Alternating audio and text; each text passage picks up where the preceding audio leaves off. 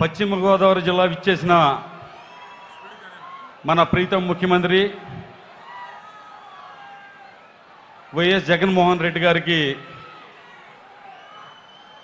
ఘనంగా స్వాగతం తెలియజేస్తూ భీమవరం ఈ 2-3 నెలల్లోనే మరి రెండోసారి రావడం జరిగింది. ముఖ్యంగా భీమవరం నియోజకవర్గం మీద, పశ్చిమ గోదావరి జిల్లా మీద ప్రత్యేకమైన ప్రేమాభిమానాలను చూపిస్తున్న జగన్మోహన్ రెడ్డి గారికి ఈ జిల్లా ప్రజల తరపున నా హృదయపూర్వక ధన్యవాదాలు తెలియజేసుకుంటూ, ముఖ్యంగా జిల్లా పార్టీ అధ్యక్షులు రంగనాథరాజు గారు, అలాగే వేదికను అలంకరించిన మంత్రులు, అలాగే శాసనసభ్యులు, శాసనమండలి సభ్యులు, నియోజకవర్గ ఇన్ఛార్జీలు, పార్టీ నాయకులకి, కార్యకర్తలకి, ఇక్కడికి విచ్చేసిన అశేష జగనన్న అభిమానులందరికీ కూడా నా హృదయపూర్వక ధన్యవాదాలు తెలియజేసుకుంటున్నా. అన్న, ఈ రోజున చాలా సమయం ఆలస్యం అవుతుంది, చాలా తక్కువ సమయం మాట్లాడమన్నారన్న.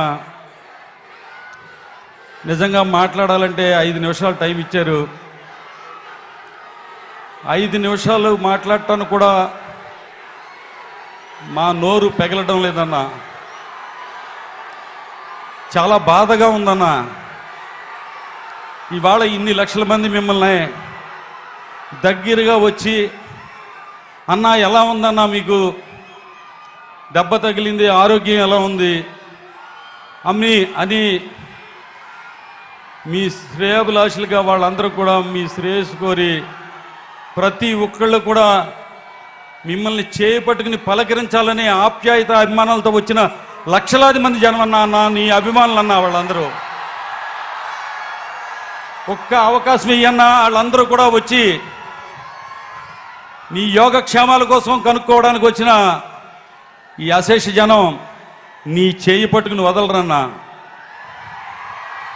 నిజంగా చాలా బాధగా ఉందన్న. రాజకీయాలు ఇంత దిగజారిపోతాయా అని. అన్నా, రాయితో దాడి చేసి నీకు గాయమైతే రాష్ట్రంలో ప్రజానీకం అంతా కూడా నీ మీదే ఆశలు పెట్టుకున్న బడుగు బలహీన వర్గాల వారు, అక్క చెల్లెమ్మలు, రైతన్నలు, భావి భారత పౌరులు, అనేక మంది పేదరికంలో ఉన్న ప్రతి ఒక్కరూ కూడా నీ మీద ఆశలు పెట్టుకున్నవారు. అరే, నీ కంటికి తగిలుంటే కన్ను పోను కదా, అరే కొద్దిగా నవరగంత మీద తగిలుంటే ఇంకా పెద్ద ప్రమాదం జరుగును కదా అని ఎంతోమంది ఆవేదనతో ఆ భగవంతుడి దయ వల్ల మా జగనన్నకి ఏమీ జరగలేదు అని సంతోషిస్తుంటే, దుర్మార్గులు, దుష్టులు అన్నా, మానవత్వం లేని మృగాలు చంద్రబాబు నాయుడు, పవన్ కళ్యాణ్ గారు మాట్లాడుతున్న మాటలు చూస్తుంటే మా గుండెలు తరుక్కుపోతున్నాయన్నా. నిజంగా దారుణం అన్నా. వాళ్ళకి మంచి బుద్ధి పుట్టించమని ఆ భగవంతుడిని కోరుకుంటున్నానన్నా. ఇన్ని లక్షల మంది సాక్షిగా మంచి మనసు అన్నదే లేదన్న వాళ్ళకి.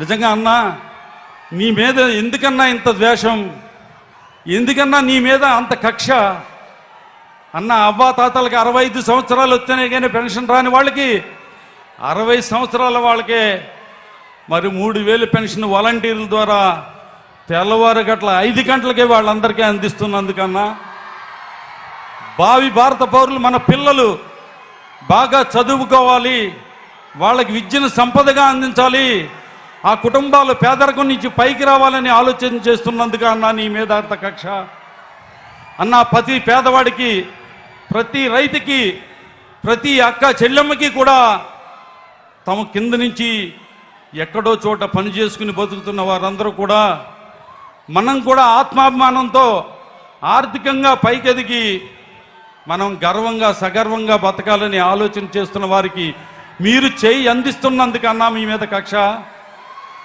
అన్నా. నిజంగా మీకు తగిలిన గాయం మాకు తగిలిన గాయం అన్నా. పేదవాళ్ళ ఆశల్ని చిదిమేయాలని చూస్తున్న దుర్మార్గులు, దుష్టులకి మంచి మనసుని కలిగించమని చెప్పి ఆ భగవంతుడిని ప్రార్థిస్తూ, అన్న నువ్వు 10 కాలాల పాటు ఆయురారోగ్యాలతో ఉండాలన్నా, క్షేమంగా ఉండాలన్నా, నీ మీద ఎంతోమంది ఆశలు పెట్టుకుని ఉన్నారన్నా. ఈ రాష్ట్ర ప్రజలు అవ్వ తాతల కాడించి నేడు పుట్టిన బిడ్డ వరకు కూడా వాళ్ళ భవిష్యత్తు కోసం నిజంగా చెప్పాలంటే అన్న నీ గురించి 2 గంటలైనా సరిపోదన్నా. కానీ నాకు మాటలు రావటం లేదన్నా.